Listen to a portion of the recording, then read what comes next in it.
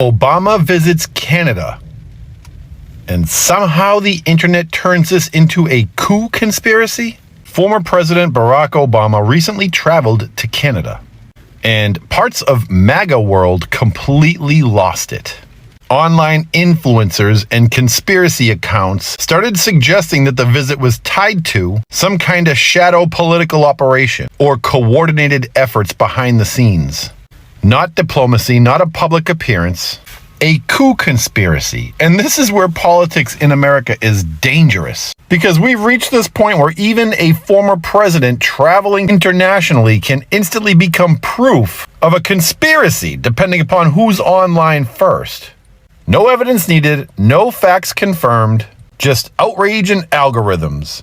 Now, to be clear, it's sad to even have to say this, but it's obvious Obama is not involved in some sort of coup attempt with Canada or a legal political operation of any kind. But the speed at which these narratives can spread says a shit ton about the state of the political discourse right now.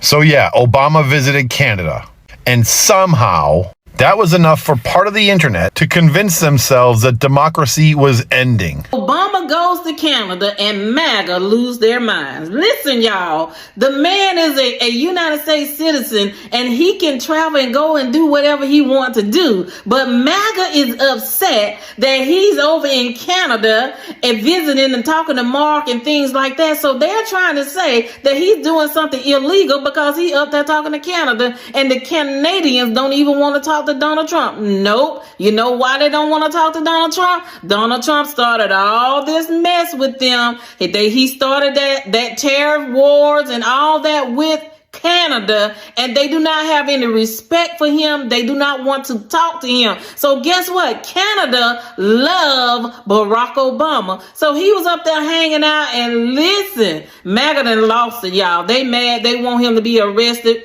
What?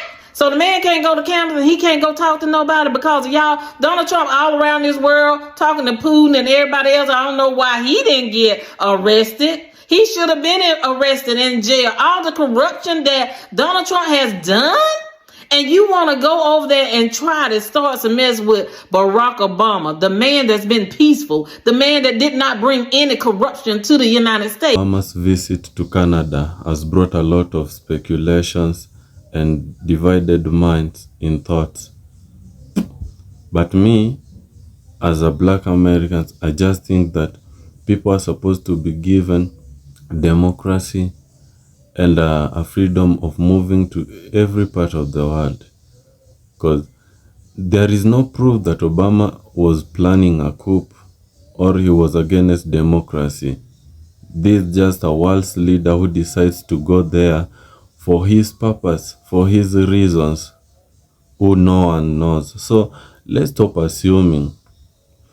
I know each and every person has his own minds and thoughts about this, but you can always feel free and share your thoughts and ideas about the comment in the comment section.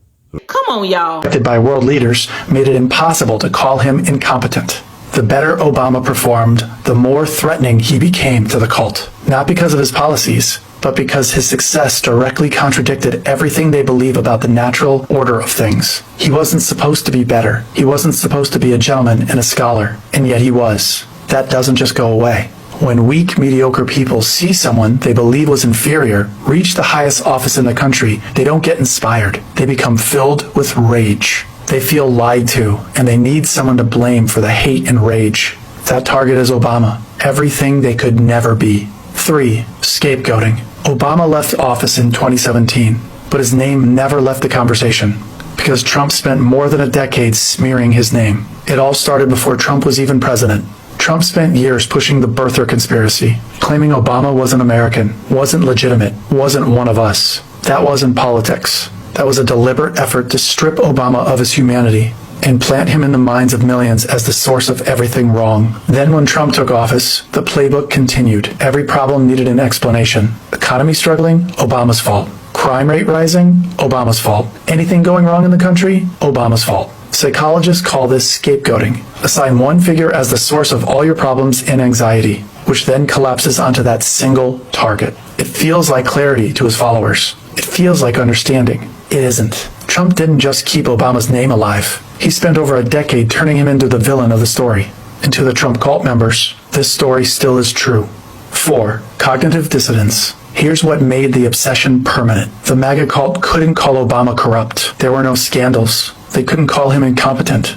The record didn't support it. They couldn't even call him unpresidential. He was polished, disciplined, and respected around the world. Psychologist Leon Festinger at Stanford University studied what happens when people are confronted with evidence that contradicts their deeply held beliefs. Weak people don't update their beliefs when confronted with contradicting evidence. They double down on their original beliefs. Festinger called this cognitive dissonance. MAGA was left holding a belief system that Obama's entire existence disproved. And instead of resolving that contradiction by updating their worldview, they resolved it by hating him harder. The obsession isn't just political, it's psychological. And it has nowhere left to go, so it goes out onto everyone else in rage and obsession. Obama is living proof that the psychological wage of whiteness doesn't exist anymore. And to weak people who never earned that status in the first place, it feels like an identity crisis. So they obsess more, say his name more, talk about him obsessively all the time. They even have a name for this now, Obama derangement syndrome. Because Obama didn't just win the presidency. He broke a hierarchy millions of people thought was permanent. And they've been trying to undo that moment ever since. It's interesting how emotional MAGA becomes every time Obama's name comes up. Think about it. Obama has not been president for years, and yet they still talk about him. They still compare him to Trump. They still blame him for things, They still react to his speeches and his appearances, And this shows that Obama carries weight in a way that Trump wishes he could. And the reason for that is because respect cannot be demanded. Brian's Official is all about the world. I'm out.